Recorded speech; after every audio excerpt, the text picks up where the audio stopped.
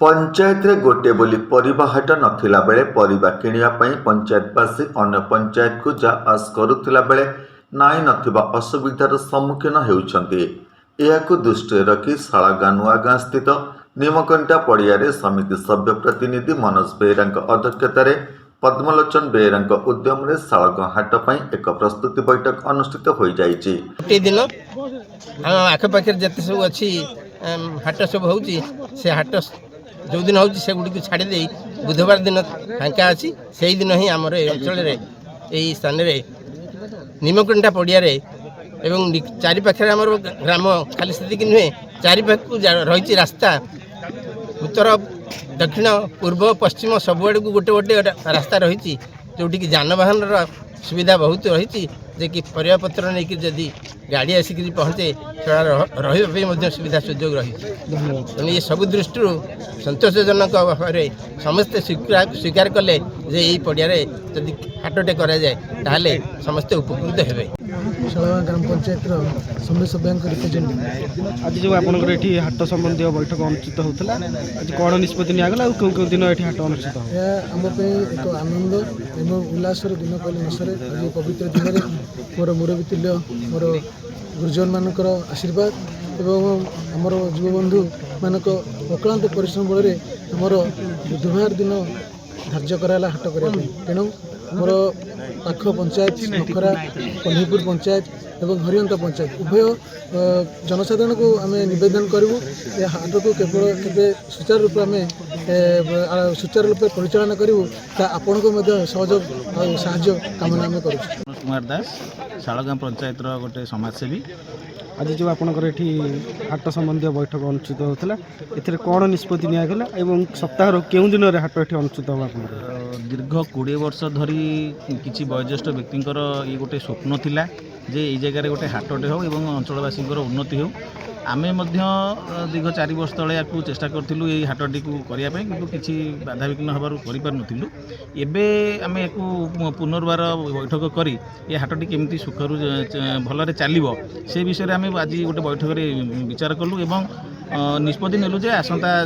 February 4 तारिख ये हाट आरंभ हो बोली। हाट हेबा द्वारा अंचलर बहु ग्रामर लोक माने उपकृत हेबे बोली अनुष्ठान कर्मकर्ता प्रकाश करिसंती।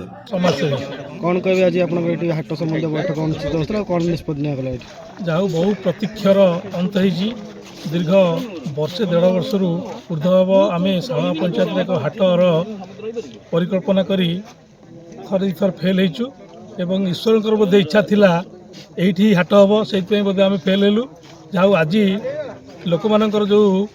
इच्छा एवं इच्छा शक्ति बढ़ी एवं समस्त गोटे इच्छा जे हाट ये हम कहीं आमर हाट जो हुए से गोटे जिनस दरकार जे लोक संख्या आमर यही जगार चारिपटे जनबसती अच्छी एवं बहुत आम शाळा पंचायत लोक संख्या बहुत अधिका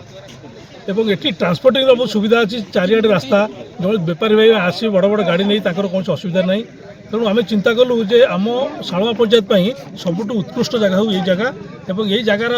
जो ग्राम जो अच्छी से ग्रामर युवक बंधु मानकर एत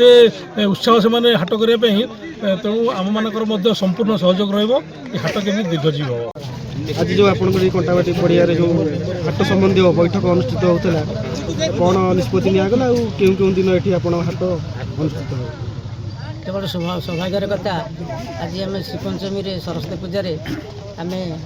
शाळागाँ पंचायत प्राय प्रत्येक गाँव लोक आसी एकाठी होकर सिद्धांत नेलु जोटा कि अभाव थिला गोटे परिवा हाटर से परिवा हाटटी आसंता फेब्रुआरी मास 4 तारिख बुधवार ये अनुष्ठित होगापी समस्ते सहयोग मिलला समस्त को भरोसा मिलला से जहाँ प्रस्तुतिर आवश्यकता अच्छी से समस्त कार्य युवबंधु मैंने ग्रहण करेंगे एवं से युवबंधु मान को साहाय्य सहयोग आशीर्वाद देवाई आम मुरब्बी मैंने समस्ते एकाठी तेणु आम आशा करुचु ये हाटटी दीर्घ दिन चलो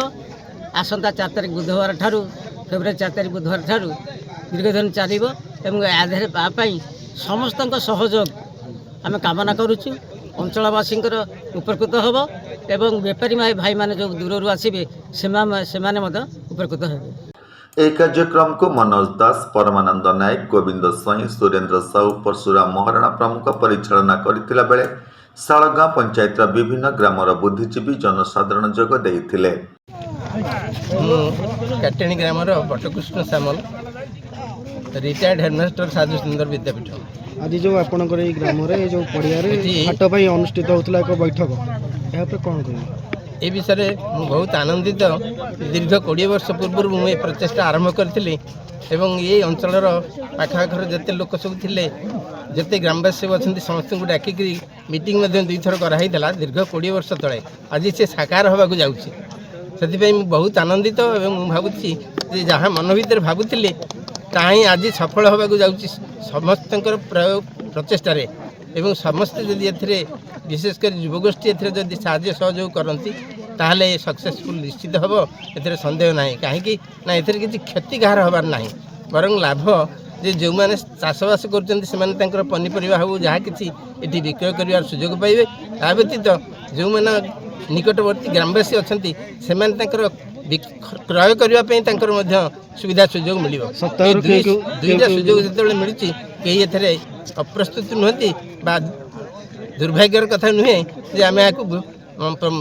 ପ୍ରତିରୋଧ କରିବା। ସପ୍ତାହର କେଉଁ କେଉଁ ଦିନ ଏଠି ସପ୍ତାହର ଟାଙ୍ଗୀରୁ ଲିଙ୍ଗରାଜ ପଣ୍ଡାଙ୍କ ରିପୋର୍ଟ, ହୋଲି ଟିଭି ଓଡ଼ିଆ।